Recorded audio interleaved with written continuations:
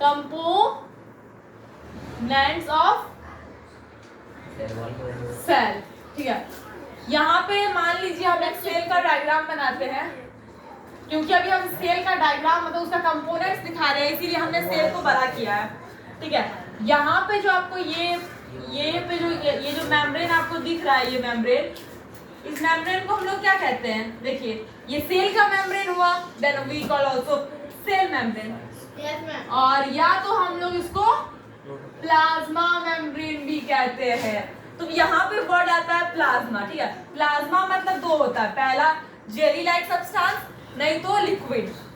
अब यहाँ आते, ये हो गया प्लाज्मा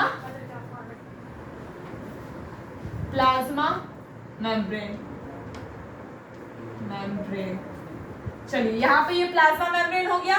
ये देख सकते हैं दो प्रकार का, यहाँ पे आपको एक इनर टाइप का कुछ दिख रहा होगा, ये अंदर में, ये इनर हो गया, और ये जो बाहर में हो गया ये हो गया आउटर।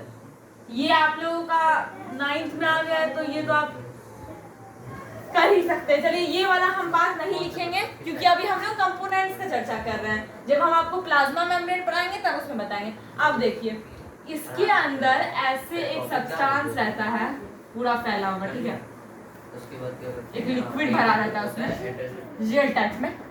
उसको, इस पोर्शन को हम लोग क्या कहते हैं? प्रोटोप्लाज्म। इस वाले को हम कहते हैं प्रोटोप्लाज्म।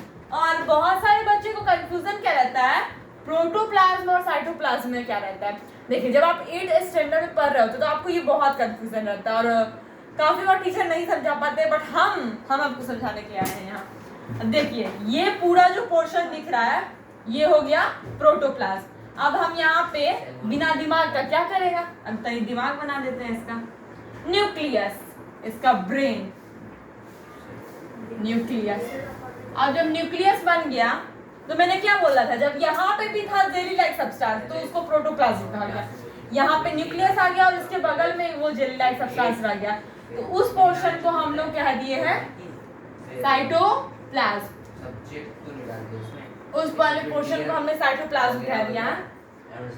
तो अब प्रोटोप्लाज्म आप देखे होंगे, यहाँ पे एक न्यूक्लियस और एक साइटोप्लाज्म, तो हम लोग P बराबर C+N, मतलब साइटोप्लाज्म और न्यूक्लियस दोनों को मिला करके प्रोटोप्लाज्म बनता है, ये मान लीजिए। ठीक है, जिस बच्चे को नहीं समझ में आता है, तो अब हम समझ गए कि ये जो न्यूक्लियस और जो प्लाज्मा मेम्ब्रेन है, सॉरी साइटोप्लाज्म जो है, उस दोनों पोर्शन को, दोनों को साथ में प्रोटोप्लाज्म कहते हैं। ठीक है, अब ये साइटोप्लाज्म, ये न्यूक्लियस और ये प्लाज्मा मेम्ब्रेन, ये तीनों कैपेबल रहते हैं एक सेल को बनाने के लिए। जहां ये तीनों पाए जाते हैं वह एक सेल है, और नहीं तो नहीं। और हाँ, एक बात और आता है डीएनए का,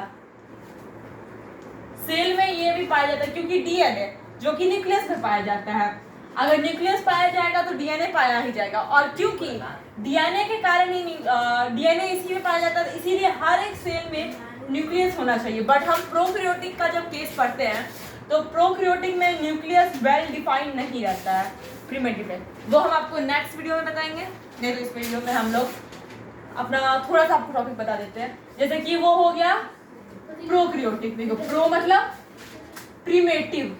प्रीमेटिव ओल्ड टाइप का, और यूकैरियोटिक, यू मतलब एडवांस मॉडर्न कह सकते हैं, वो नया रहता है। तो इसमें जो रहता है उसका जो न्यूक्लियस रहता है, जैसे कि यूकैरियोटिक में एक अच्छा सा मेम्ब्रेन रहता है, बट प्रोकैरियोटिक में वो नहीं रहता है, उसका मेम्ब्रेन नहीं रहता, वो ऐसे खुला रहता है, उसका मटेरियल ऐसे ही रहता है। और जहाँ पे डीएनए रहता है उसको कहते हैं न्यूक्लियोइड, जहाँ पे वो डीएनए और जेनेटिक मटेरियल को कैरी करता है उस पोर्शन को हम लोग कहते हैं न्यूक्लियोइड। Thank you.